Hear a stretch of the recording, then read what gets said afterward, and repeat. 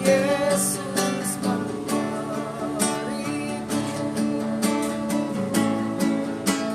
kemenangan.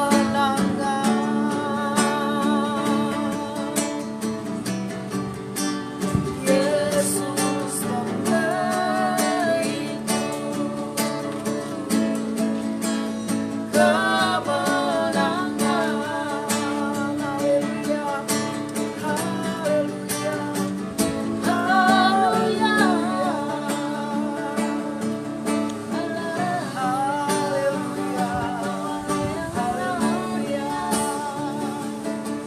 haleluya, haleluya, haleluya.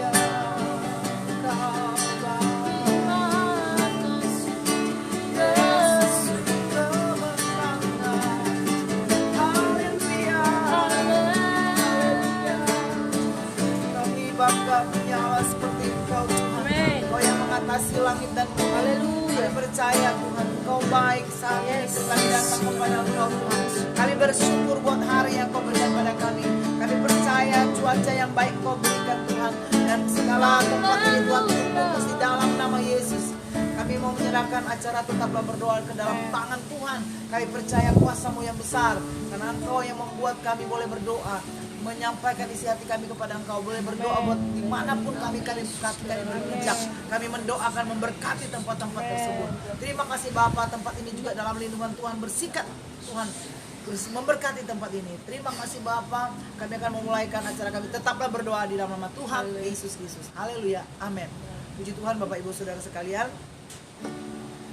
Selamat kita mengikuti kembali doa kita dalam acara tetaplah berdoa. Mari kita tetap senantiasa berdoa dengan Pendeta Florence Kando. Kami ada di lokasi yang sama seperti kemarin untuk ada pekerjaan-pekerjaan yang harus kami kerjakan supaya kami juga mendapatkan tempat-tempat yang bagus nantinya ketika tempat ini sudah dirapikan dan bagus. Luar biasa ciptaan Tuhan, dan puji Tuhan udara baik ya saudara ya. Saya tadinya kemarin ada di sana, di bawah sana, tapi Tuhan menolong. Puji Tuhan, kita akan belajar firman Tuhan bagaimana Abraham diberikan suatu ujian dan Abraham menang, yaitu di dalam Kejadian pasal 22. Saudara, kita perhatikan di sini pasal 22 ketika Abraham memberikan suatu pengakuan kepada anaknya bahwa Tuhan, pasal 22 ayat 14. Dan Abraham menamai tempat itu Tuhan menyediakan. Sebab itu sampai sekarang dikatakan orang di atas gunung Tuhan akan disediakan. Saudara, kalimat ini Tuhan tahu yang terbaik dalam kehidupan Abraham. Dan Abraham mengalami pertolongan Tuhan sampai dia bisa mengatakan demikian. Tempat di mana dia berpijak dan dia mendapatkan mujizat untuk detik-detik terakhir ketika dia akan menyembelih, menjadikan Ishak korbannya, menjadikan Ishak sebagai korban bakaran, tetapi Tuhan menolong dan menguji dia dan berhasil, maka kalimat ini yang keluar. Ya. Nah makanya ketika kalimat ini keluar dia menyalikan tempat ini. Tapi perhatikan saudara, saya membaca ayat 14. Tetapi di ayat sebelumnya ketika Tuhan uji Abraham, maka Abraham hanya berkata dengan iman, belum terjadi saudara. Yaitu pasal 22 ayat 7. Lalu berkatalah Ishak kepada Abraham ayahnya, "Bapa," sahut Abraham, "Ya anakku." Bertanyalah ia, "Di sini sudah ada api dan kayu, tetapi di manakah anak domba untuk korban bakaran itu?"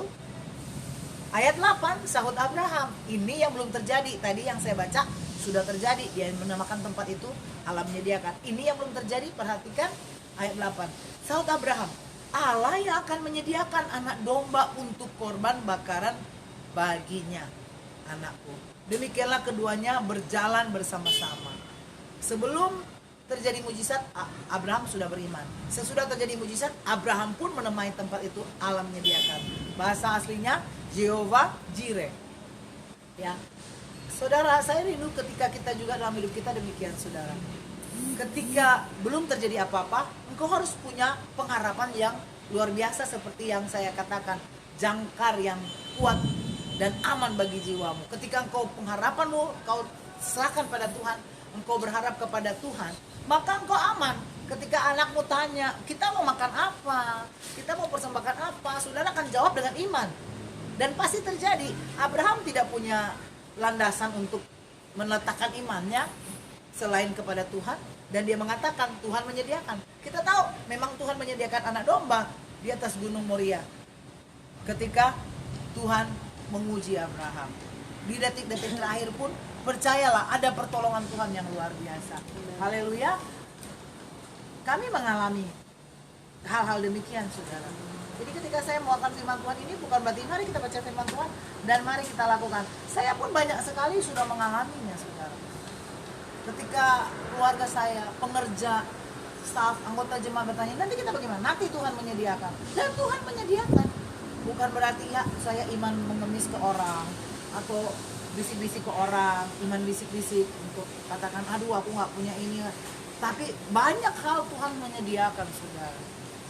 Kebutuhanmu demikian, saudara. Nanti Tuhan akan kirim orang untuk membawa berkat kepada engkau.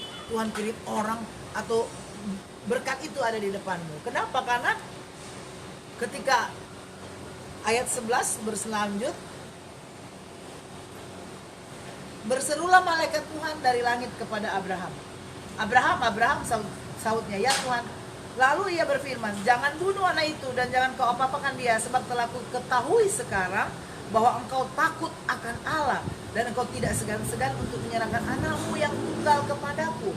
Ayat 13, lalu Abraham menoleh dan melihat seekor domba di belakangnya dan tanduknya tersangkut dalam belukar. Abraham mengambil domba itu lalu mengorbankannya sebagai korban bakaran pengganti anak. Logika kita, masa sih Abraham gak lihat sekitar dia ada domba?